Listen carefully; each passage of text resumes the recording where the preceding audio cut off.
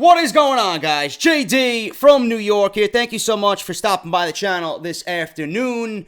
This is, of course, the #1 professional wrestling podcast right here on YouTube.com for everything WWE. This is Off the Script, episode 201, part number 1 for your Saturday, December 23rd, 2017, man. I want to let you guys know that me, myself, I'm going to be taking a few extra days off during the next couple of weeks, man. It's Christmas. I really don't celebrate Christmas all that much. I mean, the only people that I bought for were 2 people in particular. I don't go shopping for anybody. Nobody gets me anything, so it's a pointless fucking holiday, in my honest opinion. And then we have New Year's coming up, and I just want to actually just kind of recharge my batteries. So I'm letting you guys know that over the next week and a half, as we get into the new year, if I don't upload on a certain day, or if I don't upload regularly, or upload to iTunes or Podbean, if you don't see the podcast pushed to the other outlets that I usually have, don't be alarmed. It's just me just kind of taking a few steps back, man, and just trying to recharge my battery so we can begin 2018 on the right foot. Okay, I just want to let you guys know that, and I want to make sure you're all aware. But this is episode 201. We're coming off the heels of a great episode 200, or a great weekend of episode 200. Thank you guys for all the love and support. We're going to be doing some unboxings today. I got a beautiful Christmas card mailed to me by a subscriber. We're going to go over that. I got a few subscriber stories for the holiday that I want to go over as well this weekend. So there's going to be a bunch of stuff wrapped into this episode of Off the Script this weekend as we get into the Christmas holiday.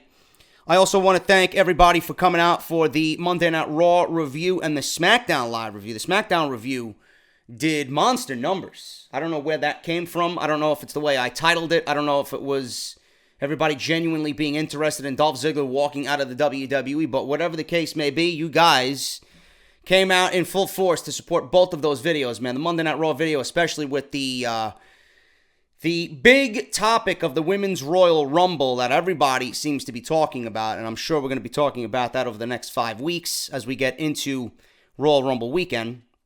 But the SmackDown review did just as good, man. Almost 30,000. In fact, I think it did over 30,000 views. My SmackDown reviews don't even do 30,000 because a lot of people don't really give a shit about SmackDown. It's usually anywhere between 20 and 25, I'd say, but it neared 30 for the first time in a very long time. But I thank everybody for coming out and showing support. So if you guys missed those videos, they're live on the channel right now. There was an Off the Script Part 3 for last weekend's show. I got that up earlier in the week before I went up to Albany to take care of my business up there.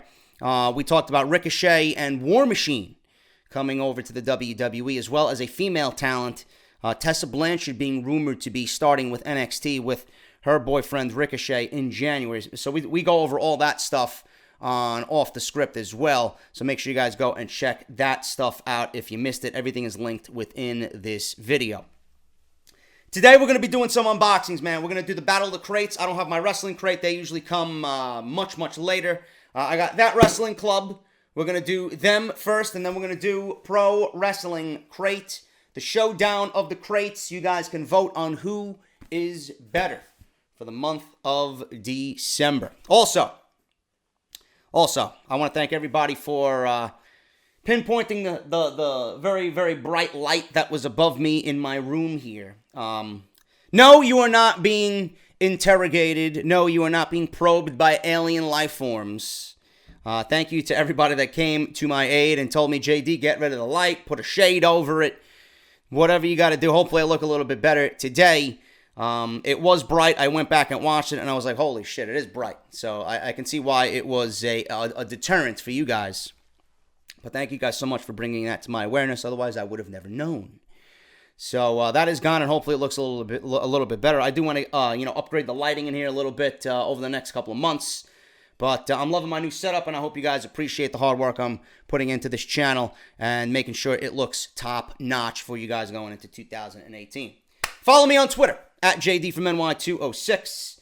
Follow me on social media any way you can. It's the best way to keep up to date on everything. YouTube as well. Hit that subscribe button and turn on that bell for all notifications. We are on our way to 86,000 subscribers, so thank you guys so very much for that.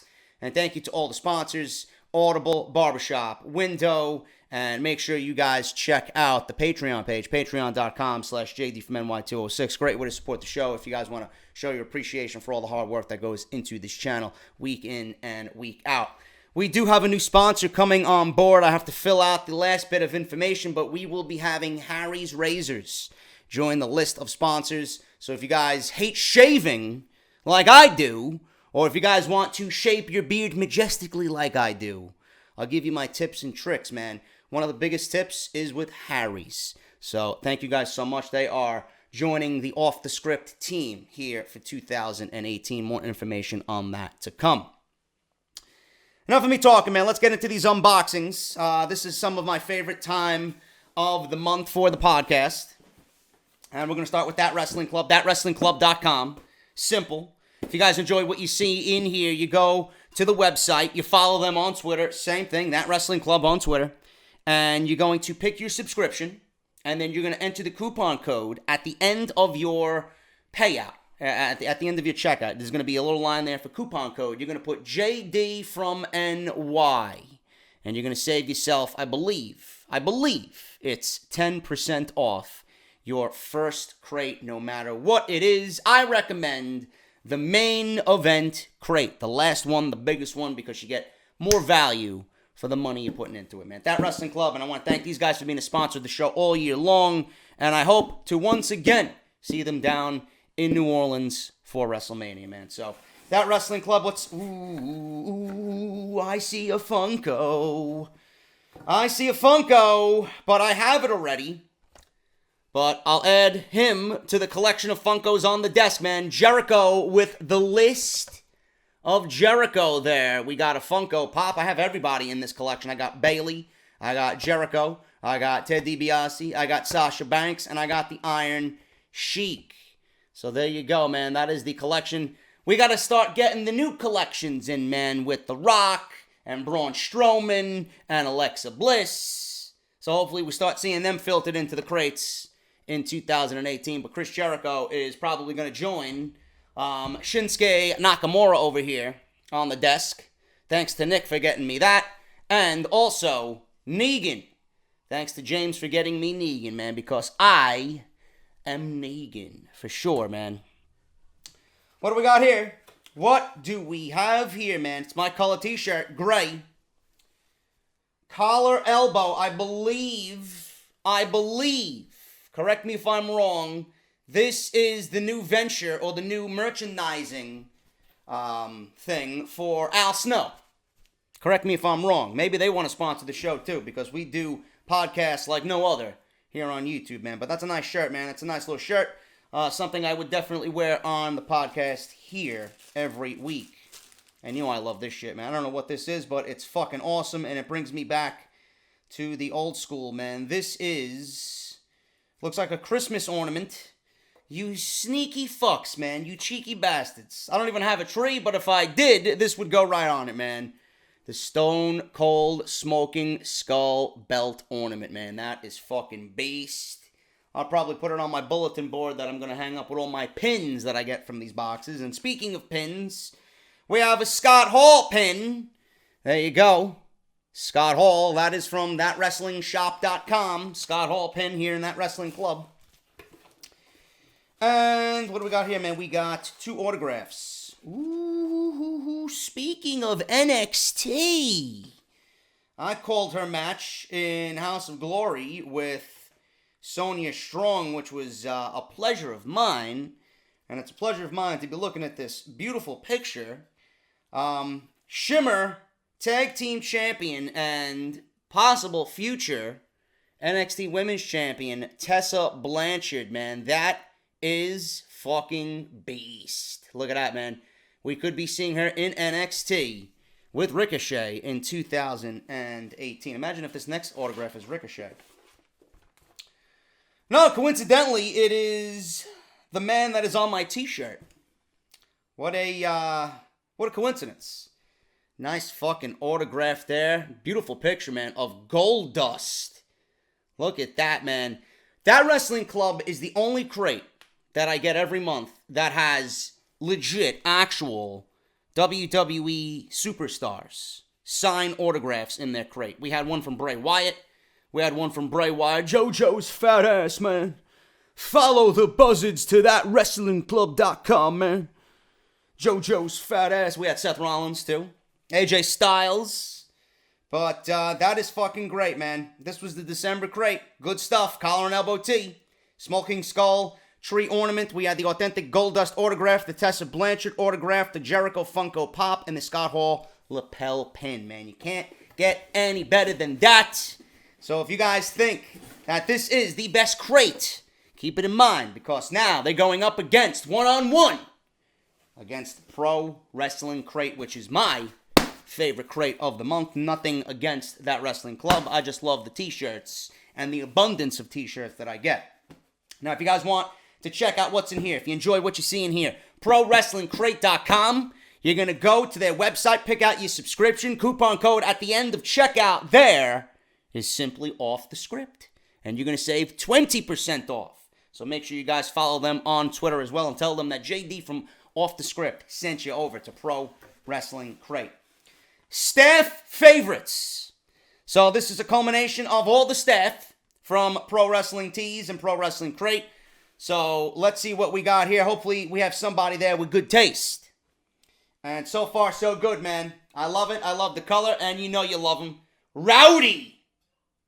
Hot Rod. Beautiful t-shirt right there for Pro Wrestling Crate. Immediately starts off with a winner, dude. Immediately starts off with a winner. Let's see what we got here. Oh, is there 4 t-shirts in here? Oh, there's only 3 t-shirts in here. Okay. I love it. I love it. I love it. I love it. You guys know I love my video games. You guys know I love anything Young Bucks or Bullet Club because the designs are fucking awesome. Look at that, man. The Young Bucks Double Dragon t-shirt, bro. That is fucking beast. Absolutely love it. I may wear that tonight when I go out. So there you go. What do we got here, man? If I can keep this from falling. You know what? Fall down, motherfucker. Light, Sheet, and Steel. You guys know what I'm talking about. Eddie Guerrero, man. Look at that. Yo, the people over at Pro Wrestling Crate, the staffers, you got some good fucking taste, man. There you go. Eddie Guerrero t-shirt in this month's Pro Wrestling Crate. What do we got here? Macho Man bandana. I will not wear such things because Randy Savage was something that was a popular thing for Halloween. And some people look like a complete buffoon. So, there you go. What is this? Oh, I thought this was King of the Ring. What is this? I can't even tell what this is, man. This is New Japan. Oh, this is Okada. I believe this is Okada, the Rainmaker. Another pin to add to the collection. Okada Rainmaker pin. New Japan Pro Wrestling Collector's Pins, man. I love my pins. Oh my goodness, this is going right on the desk, for sure, because he's the best in the world.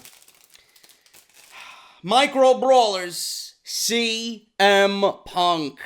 Look at that, best in the world. He's going right there next to Negan, bruh. Look at that, beautiful, beautiful, beautiful. What do we have here, man? We got something that is in a little mini box. What is this? Another ornament. Is this Colt Cabana? Another fucking ornament, man. On a tree that I don't even have. Happy Holidays from Colt Cabana. There you go. Nicely done there. We have a DVD.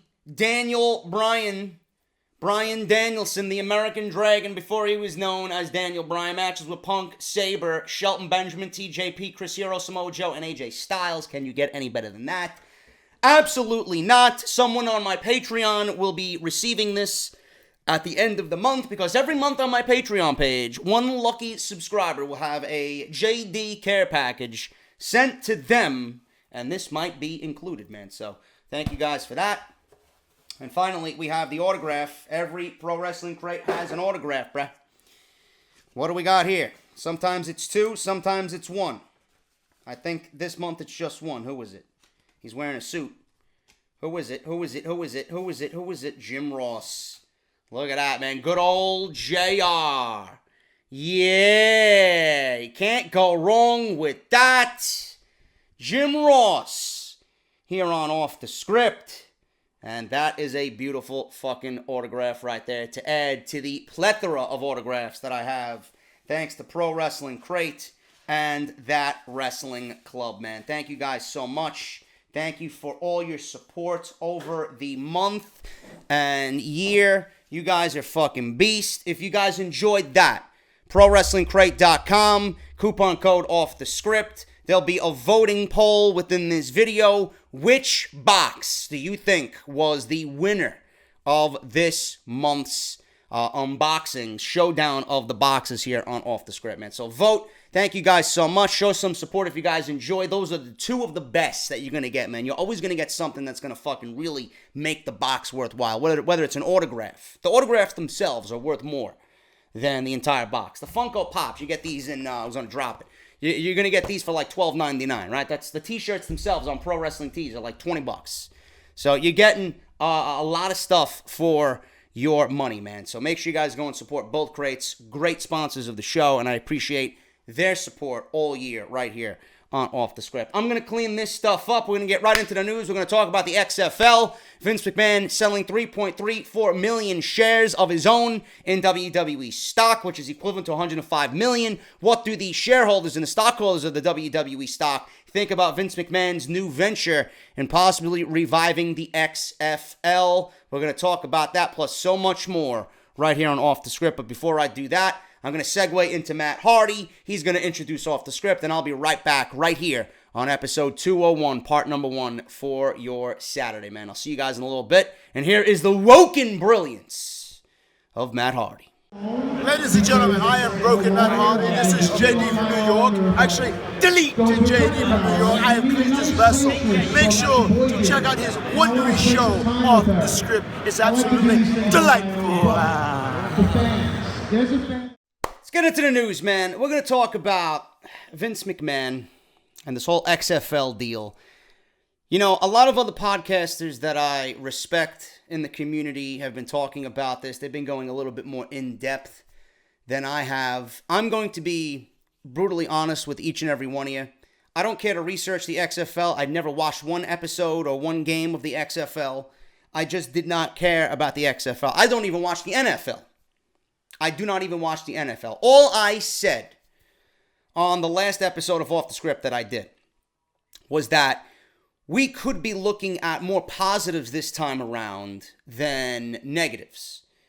And for the reason of Vince McMahon might be pulling himself away from the actual WWE product to concentrate on making sure whatever he's investing his money in is going the way he wants, because he's going to be obviously full hands on deck himself with whatever he's doing with all this money that he's pulling out of his WWE stock.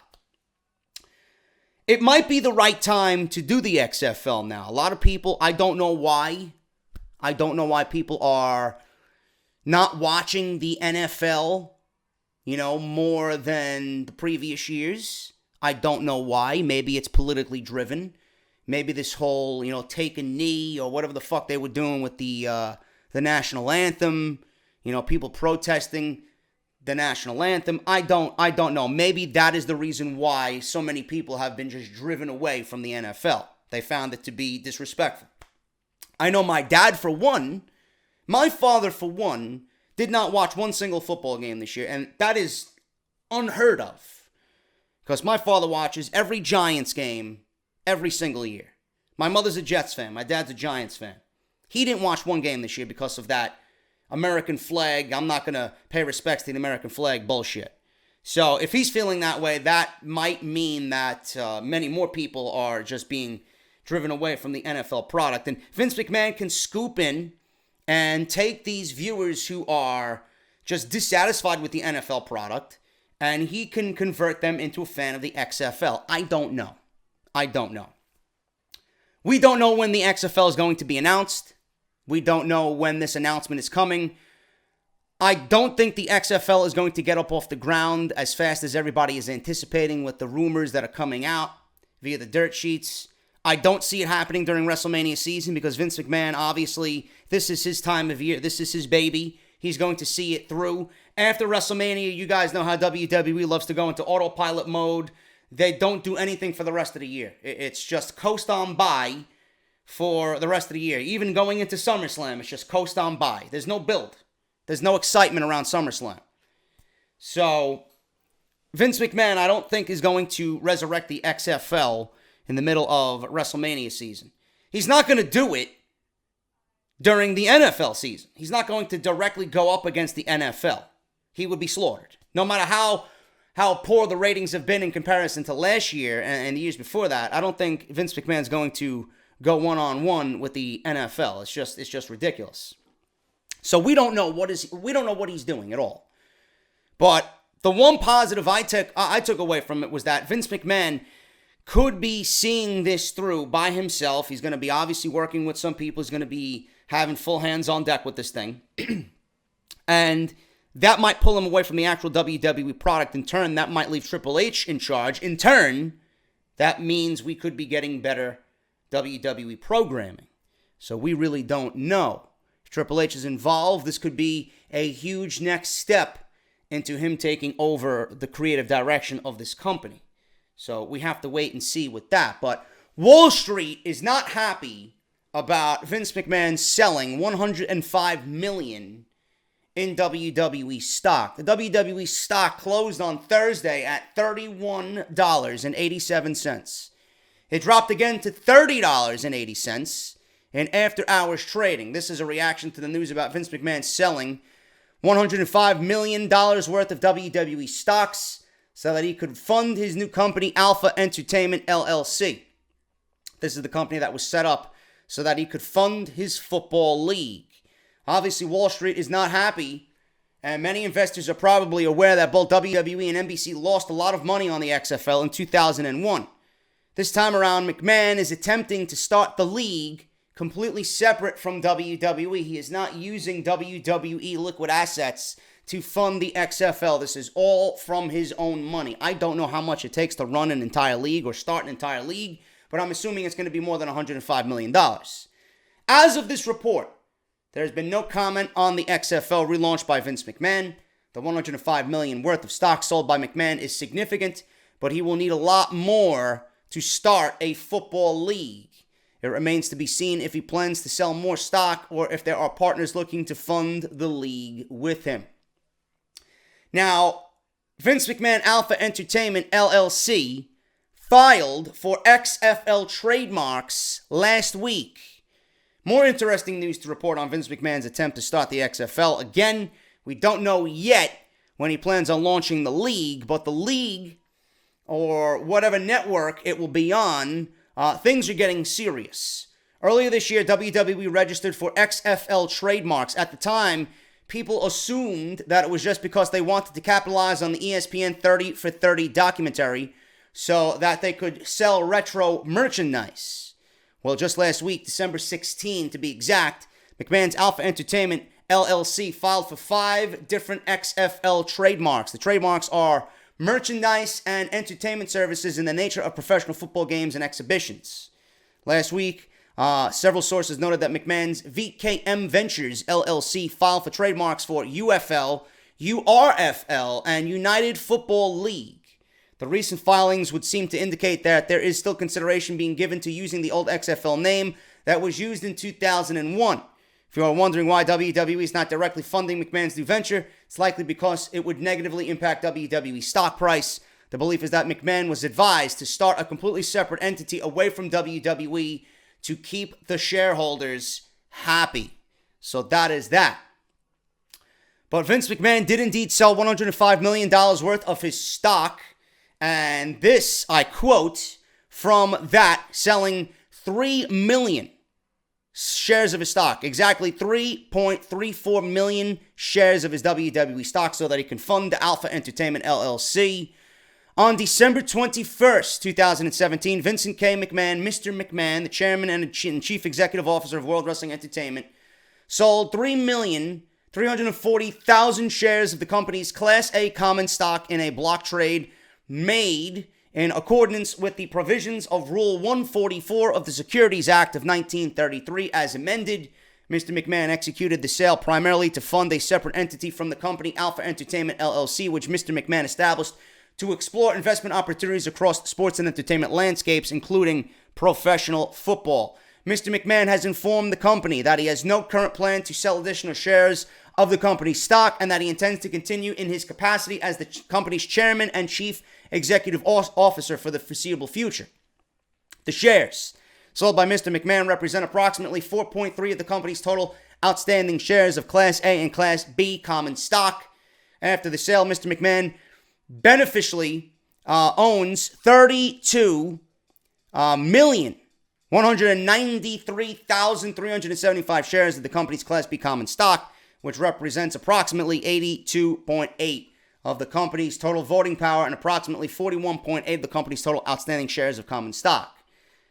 The news first picked up by Chris Harrington is a strong indication that McMahon is very serious about his plans to start a football league. He could likely need more funding from other partners to get the league up and running. Well, he's going to have to do some convincing talk to get people to be on board with why the XFL would succeed now where it failed in the first go-around. McMahon's Alpha Entertainment LLC filed for XFL trademarks last week, as you guys know.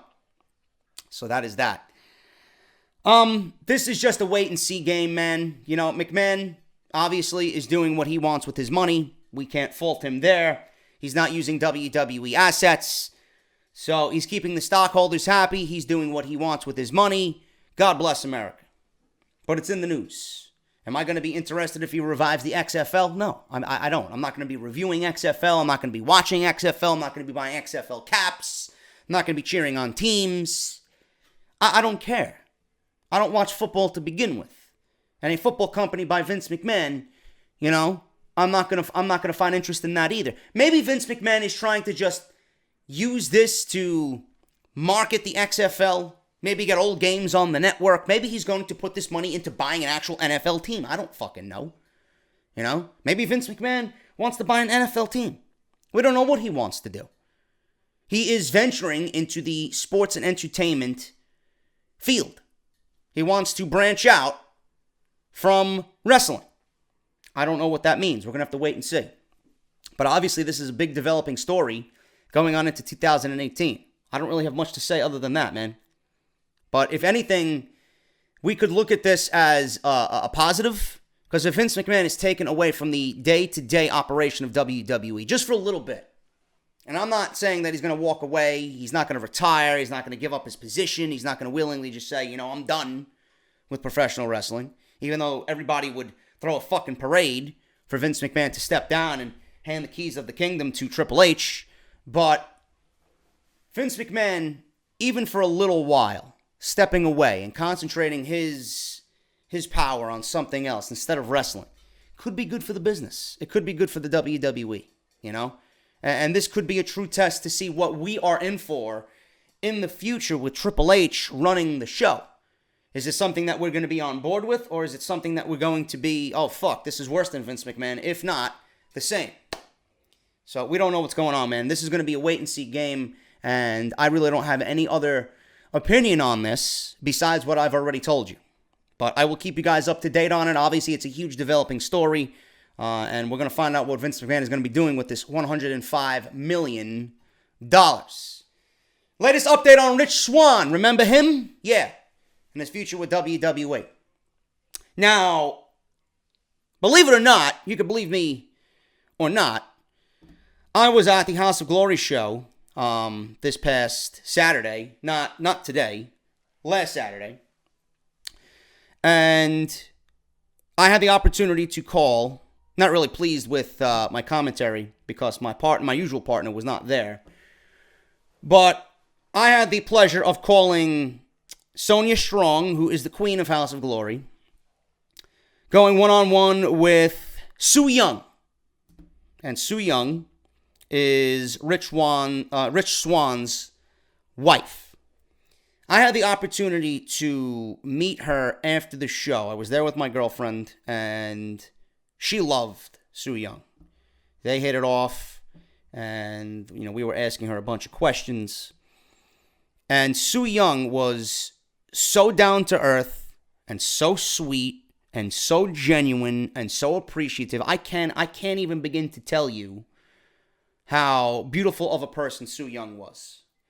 With my girlfriend, with the people that came up to meet her, it was really, really, really beautiful. And I'm thinking to myself, wow, man, all these stories that we heard with Rich Swann, like how could he do this to such a beautiful woman, and look how sweet she is. We really don't know what happened. The issue was brought up, obviously, and she said from her own mouth that things were going to be okay. I knew that as of last Saturday. I knew that before Ryan Satin. I knew that before a Justin LaBar. I knew that before a Dave Meltzer or Mike Johnson. I knew that before the news broke that the charges would eventually be dropped. She said it from her own mouth. She said that she couldn't wait to go see her husband. They were talking about having kids. Things are going to be all right. The charges were dropped. It all got blown out of proportion. My question was, you had two other eyewitnesses there that accounted to see the same exact thing. Two people. Now, I'm not calling bullshit on that. I believe what the woman is saying. And I honestly believe that love conquers all. She didn't want to see her husband go through what he was going through. And, they love each other. It was just a misunderstanding. So Su Yung eventually dropped the charges. Venara Riggs, her real name, they are back together. Riggs, who wrestles on the independent scene, like I said, as Su Yung, indicated on Facebook. And if you guys don't know what her gimmick is, it's an undead bride. I was kind of thrown back a little. I didn't know what she was. I made mention in passing to Matthew Ron Shapiro. You want to see what Sister Abigail should look like. Su Yung would play a perfect Sister Abigail, man. She's got that mannerism. She's got that bizarre, unique presentation down where she could definitely make a perfect Sister Abigail if WWE wanted to give that role to a female performer. She indicated on Facebook earlier this week that things were fine between them. She said, "I cannot wait to see my husband tomorrow. After such an awesome weekend of wrestling and debuting in two different promotions across America, nothing would be better than to see his face." End quote. One of those promotions indeed was House of Glory. Swann's attorney told Alex Marvez of the Sporting News that no charges have been filed and he is hoping to have a fair and quick resolution to the case. He said, "We're hopeful for a fair and quick resolution on behalf of Mr. Swann, but ultimately the state attorney will make their decision on potential charges when they deem it appropriate. If Riggs and Swann are back on good terms, then there's probably a good chance that she will not want to press charges. Of course, the case is in the hands of the state attorney. If the case is thrown out, then Wood would think that he would be welcomed back to the WWE. Swann is currently indefinitely suspended without pay. Because of WWE having a zero-tolerance policy on domestic violence issues, the suspension would be lifted if the case is thrown out." I'm not going to sit here and tell you that Rich Swann deserves to come back to the WWE. I do not find domestic violence at all okay. But that's a decision that he and his wife have come to, that they want to work things out. I do believe. Now, I'm not sure. I really don't know if this was something that has been with Rich Swann all his life. I don't know if this is a first offense. All I can say is that hopefully this is a big lesson learned. If WWE does give him an opportunity and grants him to come back to 205 Live and, we see him on Monday Night Raw again, I'm hoping that he takes this lesson and it's a lesson learned. She is a sweet, down-to-earth, genuine individual, and I got that within 10 minutes of talking to her. So hopefully things go right, and like I said, hopefully this is a lesson learned for Rich Swann, and we don't hear anything about this ever again, and they go on to live a happy and fulfilling marriage. Simple as that.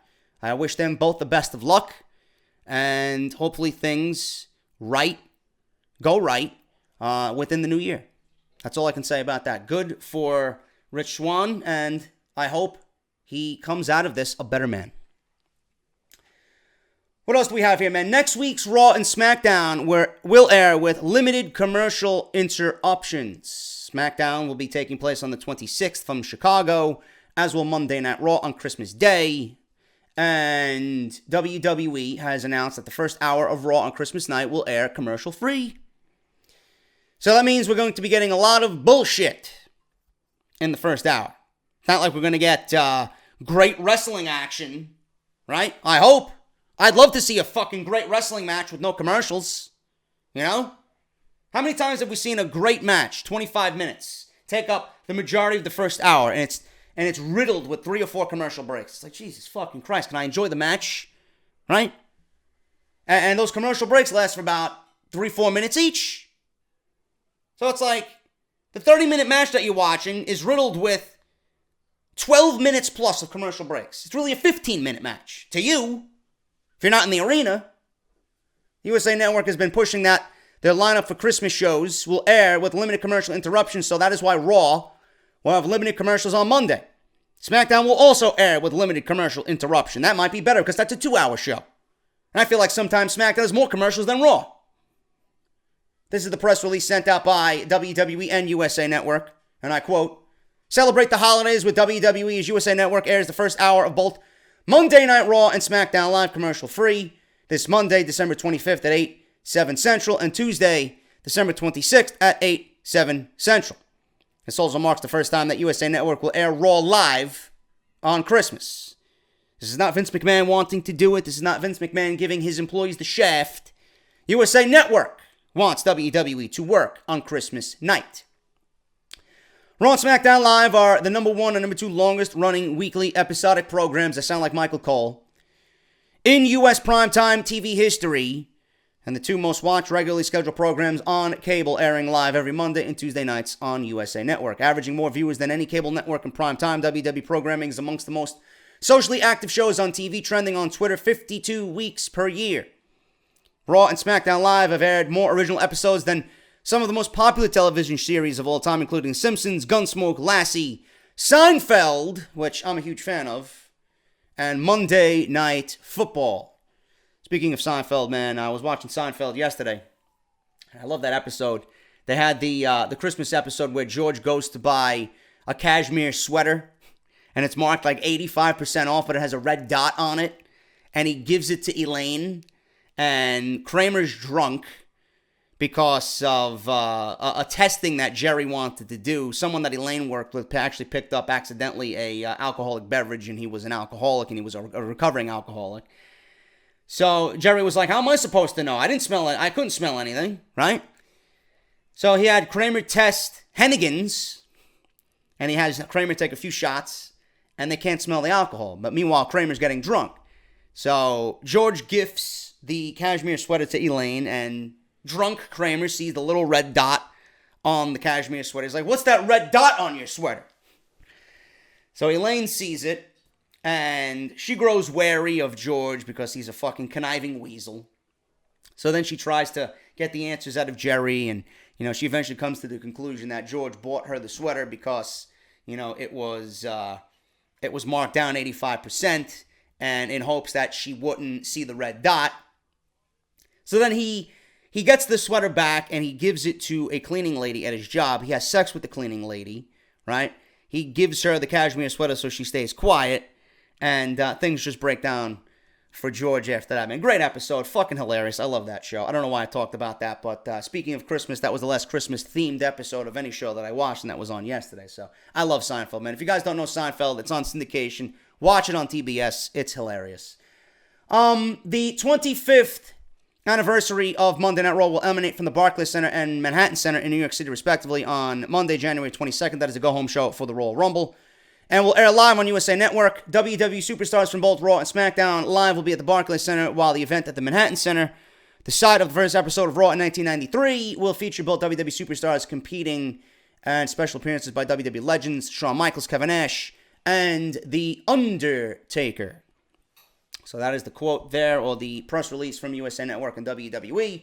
So Raw and SmackDown, it might seem longer this week because of no commercials, and we might get more bullshit, being that it's a holiday-themed episode. So we're gonna have to wait and see, man.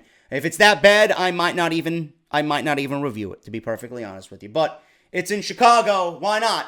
Give these people a damn good wrestling show, will you? Cut out the hokey, tacky, cheesy garbage and give me a fucking wrestling show. We don't have any pay-per-views till the Royal Rumble. WWE should have been concentrating on making this show top-notch for 3 hours. That's what I would have did. That's what SmackDown did last year. Why can't Raw do the same thing this year? Don't know. So we'll see what happens. Dean Ambrose injury update. Dean Ambrose surgery was a success on Tuesday night this past week. Surgery performed by famed Alabama surgeon Dr. Jeffrey Dugas. Took about 40 minutes. He told WWE.com that Ambrose tore some of the distal triceps tendon where it attaches to the forearm bone, called the, and excuse my pronunciation, the olecranon, or olecranon. I'm not a fucking medical dictionary, excuse me. Basically, 50% of the triceps tendon was torn away from the bone. Ambrose is already doing physical therapy. As far as his return timetable, it is unknown how long he will be out of action, but this type of injury could keep him out of action for several months. So obviously, when more information is available, I will pass it along to you guys. I am hearing and reading that Dean Ambrose is already doing light physical therapy. Now, he only tore 50% of the tricep. If it was a full tear, if it was a 100% tear, he'd be out 6, 7, 8 months. But the fact that they caught it now, and that he was working with injury, he might make WrestleMania. They're not really going to push him. But you know Dean Ambrose doesn't want to miss WrestleMania, and he's probably going to work double as hard to get back in time so he doesn't miss the biggest payday, the biggest pay-per-view of the year. Now, when did the injury occur? I was reading that the injury actually occurred in the Circus TLC match main event that he was in with Kurt Angle and the Miztourage and Braun Strowman and Kane. There was a spot where the bar went to, I believe, powerbomb Dean Ambrose through a table, and the table didn't break. I'm not sure if you guys remember that. Table didn't break. Ambrose hit hard, and then Sheamus picks him back up, does the spot over again. This time puts Ambrose through the table. So he got not one power bomb, but 2 power bombs through a table that did not break immediately. So I'm hearing that's where the injury took place. But Ambrose only tore 50% of the tricep. He is doing physical therapy already. The surgery only took about 40 minutes. So he is probably going to try and come back and make it before April. So we'll see what happens, man. I'm hearing 3 to 4 months. So we might see him for WrestleMania. I'll keep you guys updated on Dean Ambrose's recovery as he recovers from tricep surgery. The best match of 2017 for WWE. A lot of you guys have wanted me to work on a top 10. I think I will do that within the next coming week. But apparently WWE.com has listed their top matches for 2017. Now, obviously, WWE puts a real, you know, I don't know, a real biased opinion on these things. You look at the list and you're like, why the fuck is that match on the list? You know? What was so great about that match? Or some of the matches you looked on that list, I'm like, oh shit, you know, I forgot about that match. Not something I put in the top 10, but it was a good match. But the best match of 2017, to me, it's either one of 2 matches for me. In WWE, I'm talking about. Don't quote me on, well, JD said this is the best match of the year. In WWE, goon. Okay? I'm not talking about anything in Ring of Honor. I'm not talking about anything in New Japan. Not talking about anything anywhere else. Talking about under the WWE banner. There's only 2 matches to me that would be match of the year. It's a real toss-up. But I'm going to have to lean towards Tyler Bate and Pete Dunne at NXT TakeOver Chicago. That is my number 1 match of the year. Now WWE's number 1 match of the year was not that. I believe they ranked that match as number 3. I don't see why that match was number 3. I thought that was easily the best match of the year. That match had everything. The drama. It had the physical prowess of both Dunne and Bate. The crowd was absolutely on fire for that match. Now, the match that they chose was the match with John Cena and AJ Styles for the WWE Championship at the Royal Rumble back in January of this year. Good match. Good match. It was their best match. I am not taking anything away from that match. It was an excellent match. It was Cena's best match all year. I wouldn't necessarily say it was a 5-star classic. I'd probably do maybe a 4.5, 4.75. But match of the year? No. It's going to be in my top 10 for sure. But match of the year, no. Cena won that match and tied the Nature Boy Ric Flair for most world title reigns. When asked about taking the top spot with Cena, AJ Styles commented on the accolades. He said that the feud was something the fans wanted to see and thought they would never see. He said that despite losing, there was a smile on his face because he knew something great was going to happen. While that match deserved the spot based on ring psychology and great in-ring action, this next match, WWE put at number 2. And to me, it's not even a number 2 match. I just don't get it. I really don't get WWE's, philosophy on choosing these lists. This is not a number 2 match. It was a good match, but I wouldn't necessarily say it was a number 2 match.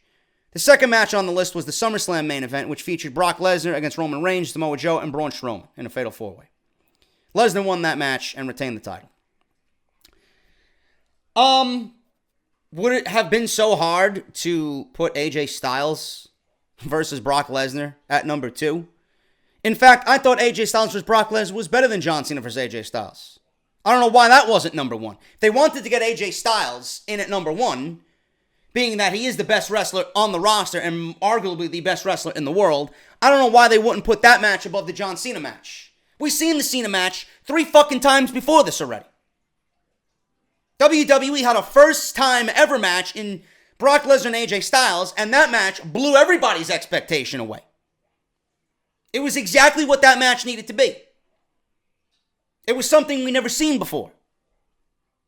And people want to see the match again.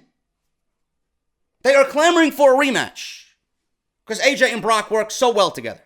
Now, can you imagine if that was Jinder Mahal? Jesus Christ. But I don't see why that Brock Lesnar AJ Styles match is not better than the Cena Styles match from the Royal Rumble.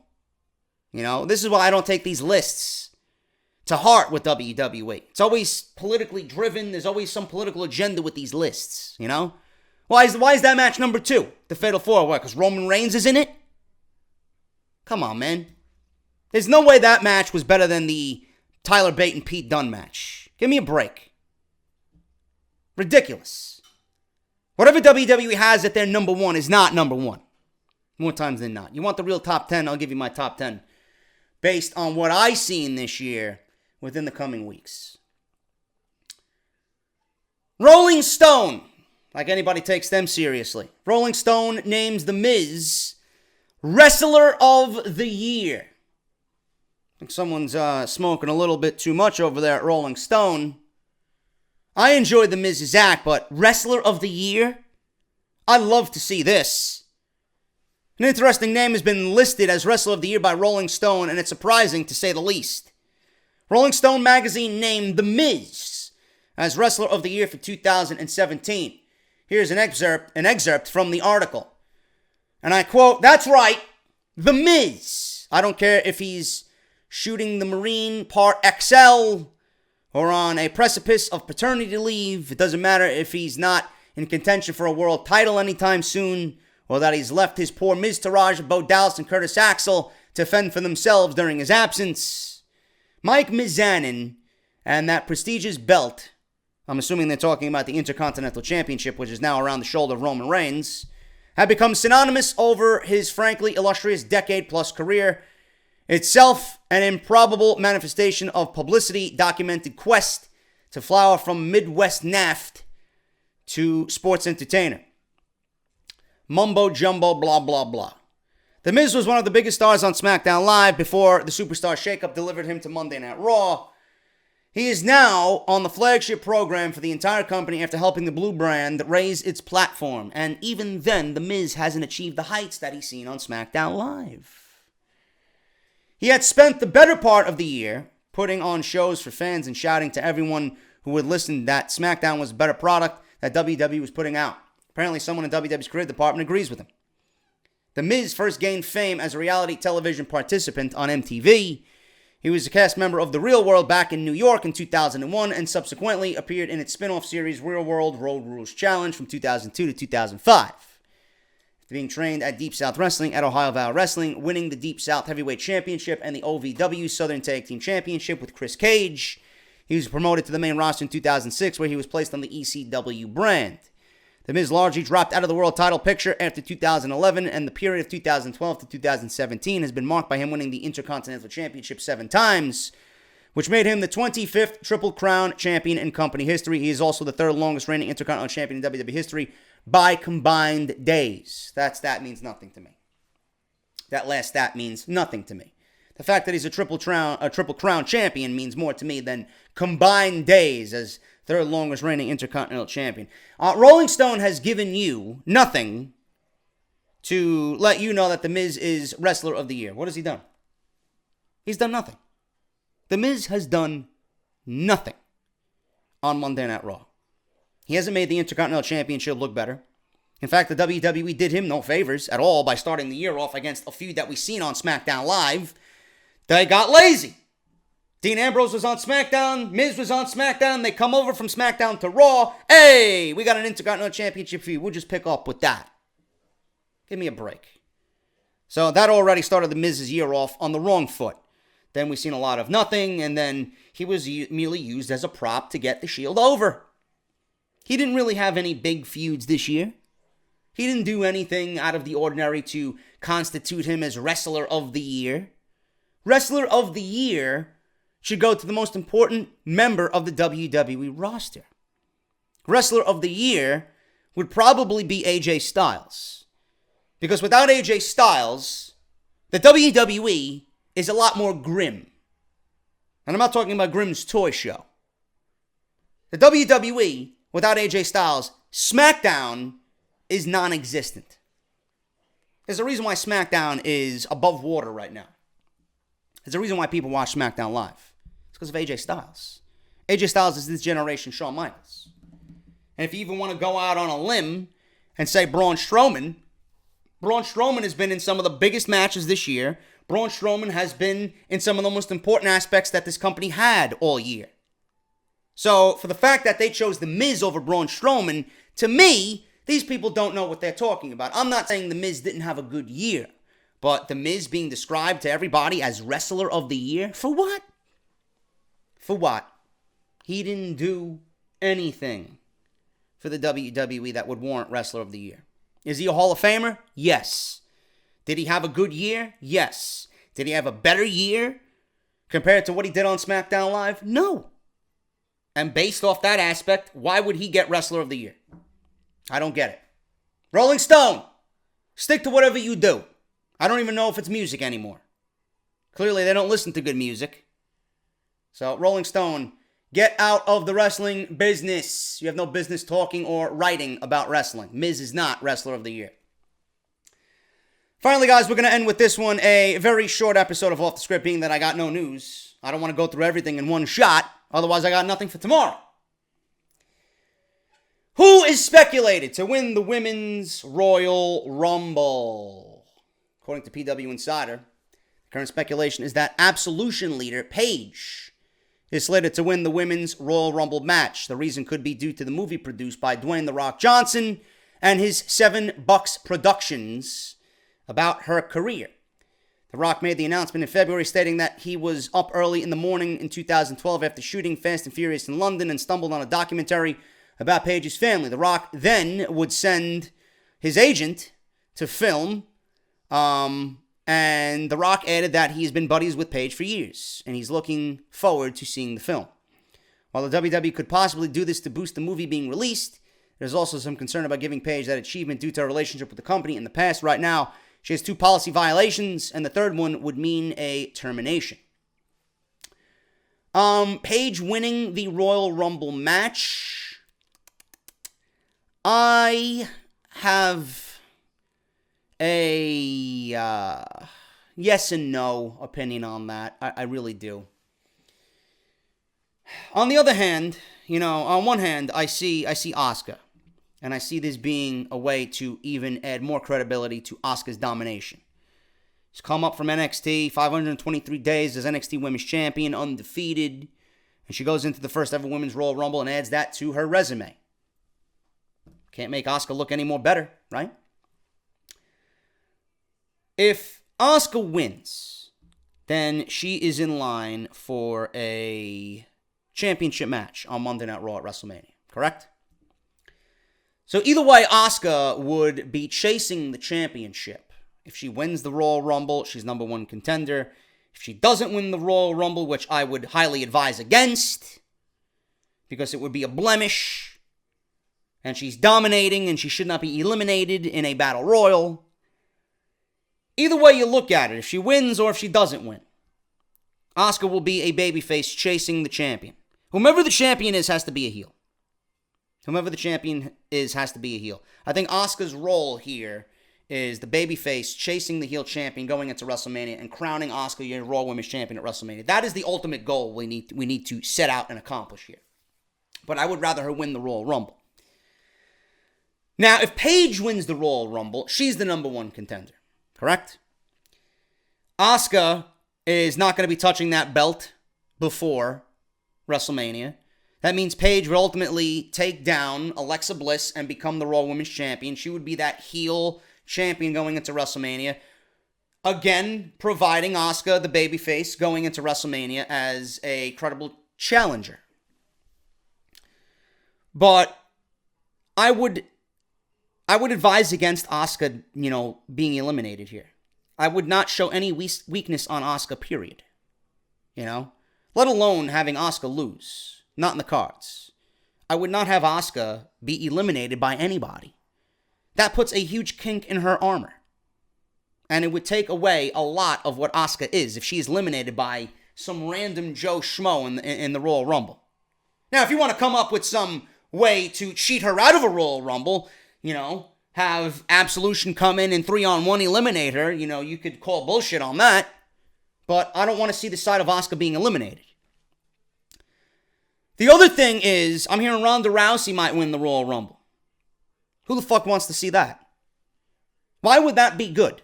Outside of WWE getting publicity, not only for the first ever Women's Royal Rumble, which is being poorly constructed at the moment, but why would you have Ronda Rousey win the Royal Rumble when she's not even an active WWE competitor? We won't see her until she comes through that curtain.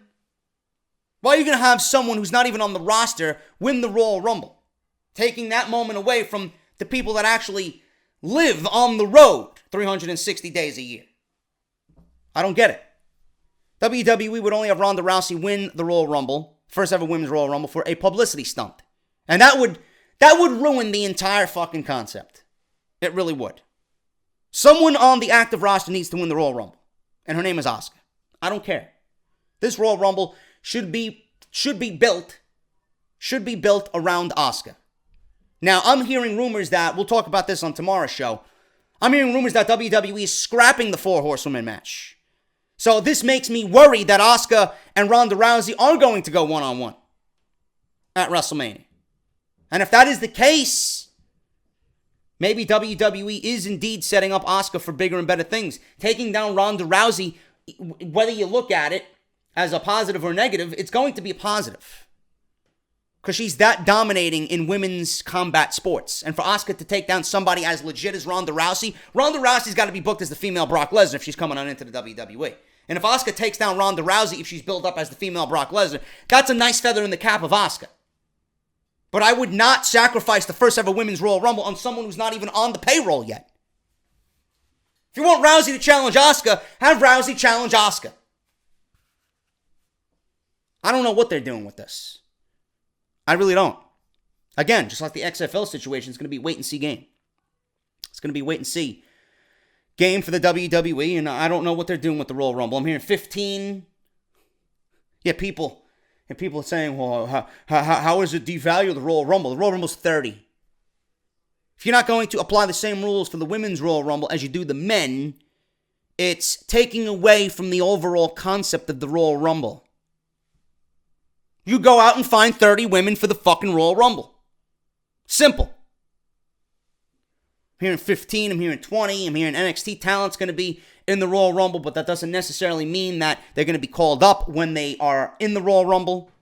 I'm hearing women from yesteryear are already proclaiming they want to be a part of this.